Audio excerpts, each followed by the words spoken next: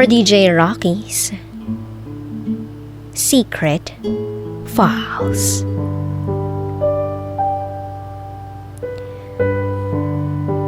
Natalo ako sa sarap ng naramdaman ko.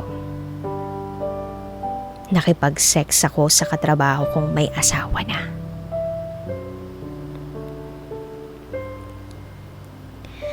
Itago nyo na lang ako sa pangalang Lana. 27 years old, single, at regular government employee.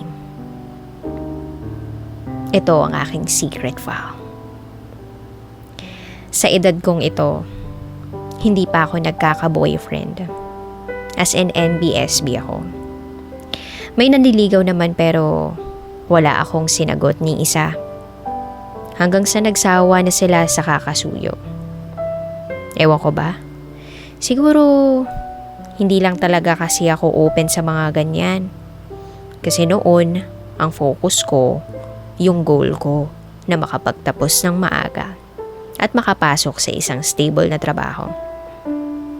And yes, nakapagtapos ako sa kolehiyo sa edad na 18 at nakapagtrabaho ako sa pribadong kumpanya at the age of 19. Sa edad na 20, naging regular government employee ako. Siguro dahil I graduated with flying colors at may mataas na marka sa board exam. Kaya madali lang natupad yung lahat ng plano ko. Pero, yun na nga eh. Naturingan akong matalino. Pero ewan ko ba at nangyari sa akin ang lahat ng ito ngayon? Ano nga bang nangyari? Ay nako, maski ako. Hindi ko talaga lubos maisip kung bakit. Hanggang ngayon hindi ko talaga matanggap-tanggap. Pero alam ko kasalanan ko naman. Na in love ako sa isa sa mga kasama ko sa trabaho. And worst, may asawa na. Itago natin siya sa pangalang M. Nung unang taon ko sa trabaho, dahil nga I graduated with flying colors, ang taas ng expectations ng boss ko sa akin. Palaging ako yung napipili para sa mga hosting ng kumpanya.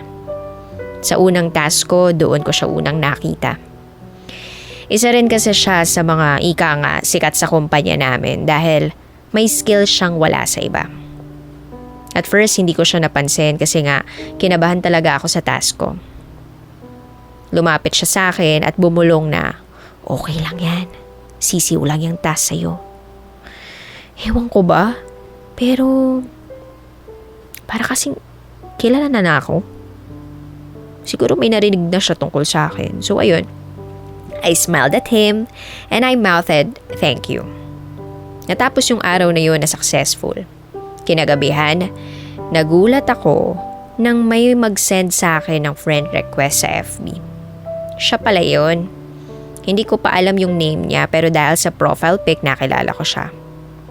I accepted the friend request naman. Kalaunan, palagi ko na siyang nakakasalubong. And I was shocked kasi parang napaka-feeling close niya. So ang ginawa ko, I unfriended him. So ayun, hindi ko na siya gaanong nakikita kasi hindi naman kami magka-department. A year passed, as in walang communication or interaction at all. In short, hindi kami friends. The following year, nagulat ako nang bigla kong mabasa ang pangalan ko kasama ang pangalan niya bilang mag-partner kami sa isang task. As in, shook na naman ako. Pinuntahan ko ang coordinator at sinabi ko bakit ako nasali doon. Sabi naman niya, highly recommended daw ako at pinili ako ni M. Dahil nga ayaw ko sa kanya, sinabi ko sa coordinator na ayaw ko. Pero hindi na pwede kasi nasabit na sa taas ang listing at final na yun. So ayun, wala akong nagawa. Tinanggap ko na lang. Ewan ko ba, naiilang kasi ako sa kanya. May pagkababaero kasi talaga. At isa pa, curious ako sa pakikisalamuha sa mga lalaki. Lalong-lalo na sa mga may asawa na. I mean, cautious. Hindi curious cautious. Ayoko kasing madawit sa anumang issue. So, ayun, we started doing the task. Okay naman. Unting-uting nawala yung awkwardness. Nakonsensya pa nga ako kasi ang judgmental ko masyado. Mabait naman siya, tsaka matalino.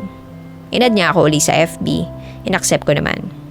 Natapos namin yung task and it was a big success. So, naging friends na rin kami. The following year, naging mag-partners na naman kami sa trabaho. Ewan ko ba sa boss namin na halos yata ng task kami yung pinipare. Siguro dahil okay yung kinalabasan ng mga trabaho namin. So, we were partners for 4 years. Parang kuya na yung dating niya sa akin. Kasi nga, he's older by 10 years. Pero, di naman halata sa itsura niya. So, yung friendship namin, naging smooth. Ika nga. Till one day after doing our task, he invited me for snacks. Walang mali siya, pumayag ako. Nag-milk tea, kumain kami ng cheesecake. So, ayun. Nagkakwentuhan. Then, I was so shocked when he said he likes me. At first, nahihiya talaga siya. Sabi pa niya, may sasabihin ako ah. So sabi ko naman, ano yun? Sabi niya, huwag ka magalit ah. Baka magalit ka eh. So pinilit ko siya, sabi ko, ang OA, ano ba yan? Sabi niya, siguro dahil palagi tayong magkasama, na-fall na ako sa'yo. Hindi ako nakasagot nun kasi nabilaukan ako. As in shocked ako, I was speechless for almost 2 minutes. Saka ko lang siya pinagtawanan. Tinitingan niya ako habang tumatawa. Sabi ko, joke yan. Sabi niya, hindi ako nagjo-joke. Parata kitang naiisip at nakakayaman. Napapanaginipan kang hinahalikan ko. Doon na ako naging seryoso. I told him, stop what you are feeling. And about your dream, it will never happen. Mula noon, hindi ko na siya pinansin. Hello, ayaw kong maging kabit. Diring-diri nga ako sa salitang yun eh. And I know, kinasusuklaman ng lahat ang mga kabit. So he messaged me in FB. I ignored all of his messages. I changed my number, as in cut lahat ng communications. Back to being strangers, pero hindi ko pinapahalata sa iba. So ayun, thank goodness, peaceful naman yung buhay ko. But I was played by fate kasi may isang project na ibinigay sa amin na naman. As in, napaka-awkward. Gusto ko mag-back out pero ayaw ng boss. Wala akong nagawa. Ang worst part sa project na to ay sa ibang lugar naka-base and we have to do it within 2 months. So basically, magkasama talaga kami parate. I played it cool. As in parang wala lang, professional, ika nga. So ayun, civil lang. Nag-uusap kami tungkol sa trabaho. Till one day, hindi ko talaga inaasahan. Dinala niya ako sa isang inn. Oo. So, motorist hotel. Sabi ng isip ko, pumalag ako pero ewan ko hindi ko nagawa. Sabi niya magpapahinga lang daw kami. Pagod na raw siya at hindi niya na kayang mag-drive. So, ayun nga, sumunod ako. Kinonsider ko naman siya. Awkward lang talaga kami sa kwarto. Kinabahan ako kasi parang may mangyayari talaga. So ayun, humiga na siya sa kama at ako naman umupo lang sa isang chair. Akala ko nakatulog na siya kasi ang tahimik. So naglaro-laro lang ako ng game sa cellphone ko. Habang busy ako kakalaro, nagulat ako nang bigla niya akong yakapin. Nanigas ako. Hindi ko alam anong gagawin. First time ko kasing mayakap ng lalaki kahit nga kuya ko hindi ako niyayakap eh. Pinaharap niya ako. Tapos, ayun na. Sinunggaban ng halik. Tinulak ko siya pero wala akong nagawa kasi mas malakas siya. Dinala niya ako sa kama at pinahiga. The time na pinahiga niya ako, alam ko na ang kahihinatnatan. Wala na kasi akong nagawa at nagpaubaya na lang ako. He kissed me.